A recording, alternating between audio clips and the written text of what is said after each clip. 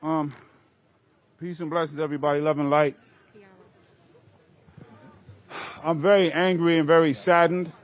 Emotions that I know a lot of people are feeling. First of all, the primary reason that I'm angry and saddened is because as we stand here, I want people to raise their hands who think we won't be here again in a few days or a few weeks. I want somebody to raise their hand that can say, because we are here today, we won't be here very soon. I wish we could say that. We're not there yet. That's what angers me. Gun violence is probably the most preventable epidemic that we have. Everybody say Kristal. Kristal. Everybody say Kristal. Kristal. Vibration. Kristal. Kristal. Kristal. Kristal. 19 years old. Came to work like people asked her to do, to be responsible. Her mother sent her to work. Someone shot and killed her at work in New York City. Everybody say Kristal. Kristal. There's a couple of other names I want to say. Terea Starnes, Alex Rodriguez, Dominique Sylvester, Jeffrey Whitehead. They were shot and killed when I was in high school. They went to my high school and they were shot and killed. And I was told that the reason there were so many police in communities that looked like mine was to stop the shooting and killing. And here we're adding more names still. We're adding more names still. Kristal was the age that some of those names I mentioned were back then. What I want people to do is to stop for a minute. Particularly the people who are trying to make policy by reading headlines. The people who have never dealt with gun violence. Who don't come from the communities that these folks come from. Who have never been to a funeral. Who've never held a mother as she was crying and there's nothing that you can do. Who turn on the TV and watch it and think they know what black and brown communities need. Stop. Because all of the folks here live and breathe this stuff. The council member told you this affected her family. A stray bullet went through my mother's car door in her driveway. Thank God nobody was there. Kristal wasn't that lucky. We have been telling you for years what we need. And I want to be clear. Almost everybody understands the role that our law enforcement plays. That man should not be on the street. I don't care what anybody says.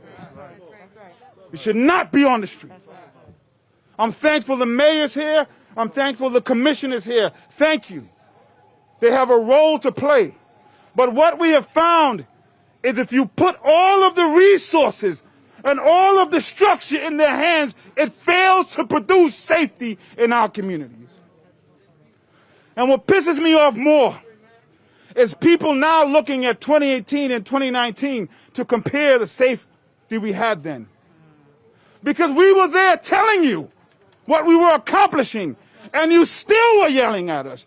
You were still saying we love criminals, even as we were making this city safe. I'm going to start stepping into my purpose.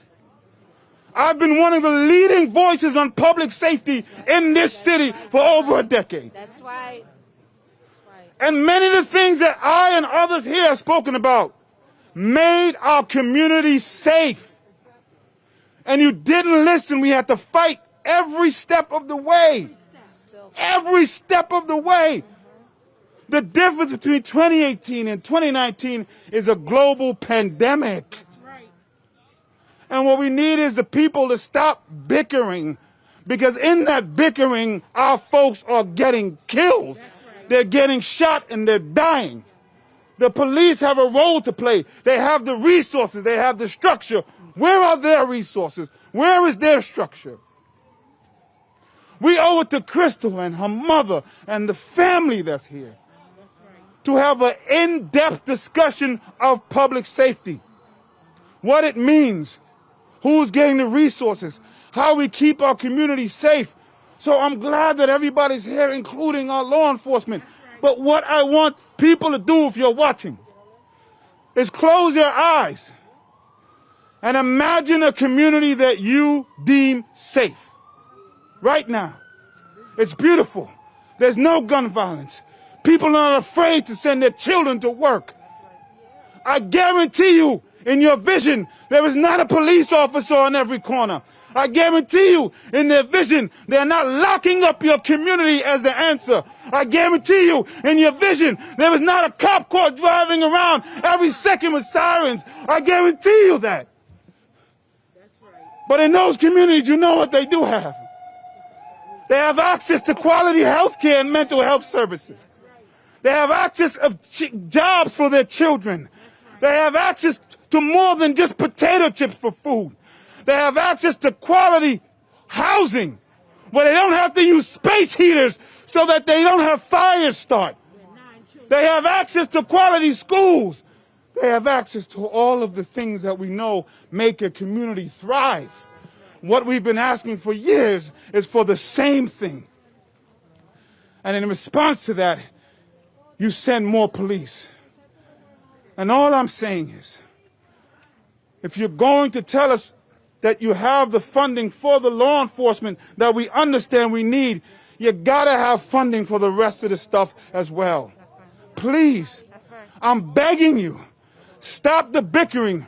We have a robust plan for what public safety is, and I have faith that our mayor believes and understands in it. So let's give him what we need to get it done, because I know our council does. We can make this city safe. We can. If we stop the bickering, please, I'm begging you. Because the people who are dying look like me, and the people who are crying look like my mother, and I'm tired of it. She should be alive today. She should be alive. Simply sending more police would not have kept her alive. Please believe that. So as was said, we have two things. We need to stop the flow of guns in our communities. Congress is failing on that. We need to stop people from picking up guns to communicate. We're failing here on the city and state level on that. We don't have to fail anymore. Please, I'm begging New York, stop making policy by headlines. Let's do what we know works. And these communities are pleading with you to do that. Thank you.